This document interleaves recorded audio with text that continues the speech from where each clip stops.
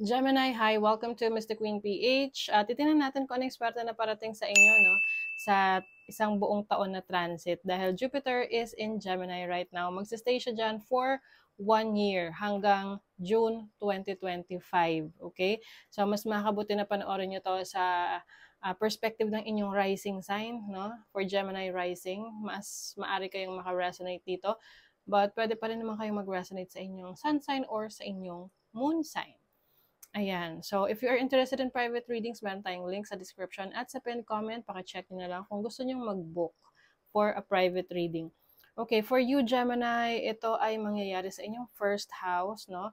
Jupiter is the planet of expansion, abundance, prosperity, good luck. So, maraming mga changes na mangyayari sa inyo sa buong transit na to from May 2024 to June 2025. Pwedeng meron kang mga pag-aaralan, may mga bago kang i-explore sa buhay mo, no? Pwede ring may bago kang interes na gusto mong maging magaling doon or pagbubutihan mo, alam mo yun, tipong naging interesado ka sa, let's say, uh, cryptocurrency or naging interesado ka sa paghahalaman, naging interesado ka sa pagnenegosyo. So anything that you will give focus on, no, may swerte para sa iyo. Okay? Ito rin yung pagkakataon na mag-gain ka ng weight. Okay? Maaring tumaba. So kung yan yung goal mo, no, magdagdag ng weight, then good for you. Pero kung ayaw mo yon, okay? So medyo maghinay-hinay kasi maaring magiging mabilis sa'yo na mag-gain ng weight during this transit. Okay? So this is about optimism rin, no? Maaring mas magiging positibo yung pananaw mo sa buhay. Yung parang mararamdaman mo na very inspired, no? Confident sa mga gusto mong i-pursue sa buhay. I feel also na you will be discovering more about yourself. So, pwedeng madidiscover mo yung mga talents mo, yung mga skills mo na pwede mong pagkakitaan, no? That will bring abundance into your life. So, maari ring meron kang pag-aalaga sa yung sarili, no? During this transit na mas isa-spoil mo yung sarili mo, you will give back to yourself, you will take care of yourself, you will treat yourself, no? Meron tong trine, which is a positive aspect sa Pluto, which is in Aquarius right now, which is about transformation. So, I'm seeing na you are transforming your physical body.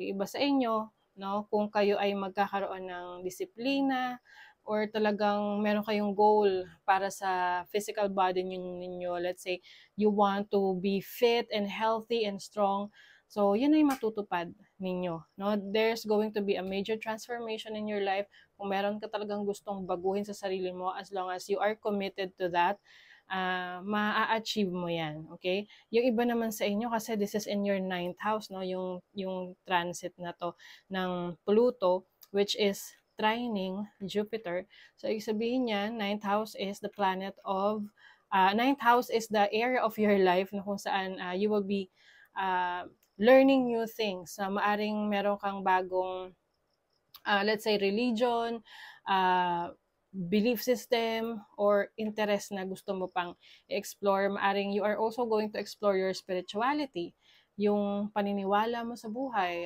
Maraming magbabago, marami ring madadagdag. You will be more, parang mas magiging, yung mag-explore, ganyan. Mas magiging aware ka sa sarili mo, sa paligid mo. Some of you will also have an opportunity to travel abroad. Itong transit na to, May 24 hanggang June 2025. If you have plans of working abroad, traveling abroad, or pwede ring relocation, so malaki yung possibility na ito ay mangyayari. Syempre, kailangan, kikilos tayo. Gagawa tayo ng actions para, maging in alignment yung energy na yan for you.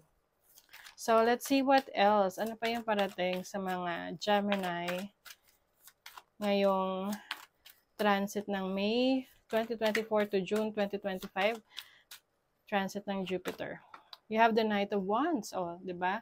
This is exploration, taking action. I think you will be more passionate, no, sa mga gusto mong i-pursue sa buhay. Ito yung tipong may pagka-carefree ka na maaring ito na rin yung time na mas bibigyan mo ng time yung sarili mo na lumabas, mag-enjoy, to meet new people, try new things outside of your comfort zone. You have the Knight of Cups, so pwede ring ma-involve ka sa isang romantic connection or maaring meron kang ma-attract na person while you are traveling. So pwedeng mag-open up ng, oh my God, relationship.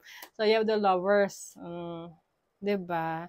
Yung iba sa inyo pwedeng magiging attractive kayo sa mga foreigners. So if yan yung trip nyo, no, yan yung type nyo, being in a relationship with foreigners, so there is a big possibility that you will get in touch or connected sa isang foreigner. Some of you naman, pwede rin tong partnership, no? Business partnership. You have the Four of Pentacles. I see this as increase ng iyong savings. So kung ikaw ay mahilig na mag-ipon or plano mo na makapag-ipon ng malaki-laking pera, so itong transit na to will also help you to improve your finances. Pwede rin, meron kang mabibiling property, pwede, pero parang malayo to sa kung saan ka nakatira. You also have the Four of Swords. So this is vacation, taking a rest. Mas may time ka na magbakasyon ngayon. You also have the Emperor. The Emperor is about being in control of your life, being more structured, disciplined, no? Mas ka ngayon, tawag dyan, malakas yung loob mo. Maari ring, may iba, mai-involve kayo sa isang business, at itong business na to ay related sa international na transactions, no?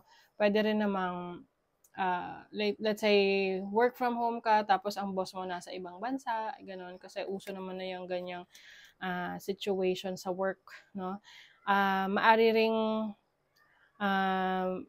pwede ring meron kang mga susubukang negosyo na hindi siya masyadong alagain.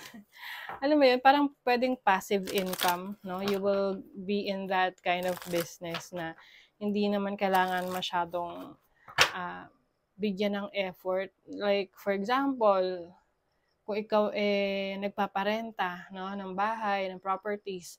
So, medyo passive yung income na yun kasi minimum lang yung maintenance nun, no? Hindi mo kailangan pumunta araw-araw para magtrabaho. So, you're going to let your money work for you. What else? Oh, to have Two of Wands and the Knight of Swords. I feel like there are opportunities abroad para sa inyo. Isa ito sa pinakamalaking pagbabago na pwede nyong i-explore sa inyong sarili, no? Lalo na if you have, may mga plano ka talaga to travel abroad or especially work abroad. Yung iba, yung pagtatrabaho niya sa ibang bansa, maaring maiengganyo kayo na doon na tumira, lalo na kung may involve kayo sa isang local na person na nakatira doon. Like, pwedeng maging romantic connection ninyo, tapos hindi na kayo makakaalis kasi na-in-love na kayo. Gusto nyo na doon tumira. Pwede rin namang hindi abroad, no? Pwede rin within your local country, pero ibang state, ibang province, alam mo yun. So, yeah. Judgment card. So, this is transformation in your belief system. I feel like, ito yung may experience mo. Like, kung i-compare mo yung sarili mo ngayon, kumpara sa susunod na taon, 2025, marirealize mo na marami nang nagbago sa'yo. At yung mga pagbabago na yun is for the better. Hindi siya yung tipong nagbago na for worse, no? Ito yung pagbabago na na-improve mo yung sarili mo, lalo na physically, yung tipong mas naging healthy, fit, strong ka, and at the same time, mas naging mature ka, mas naging wise ka na tao. Okay? So I feel like these changes will definitely improve your life sa buong 1 year na yan. Yan yung transition for you. Okay? So that is your reading, Gemini. Thank you so much. Bye!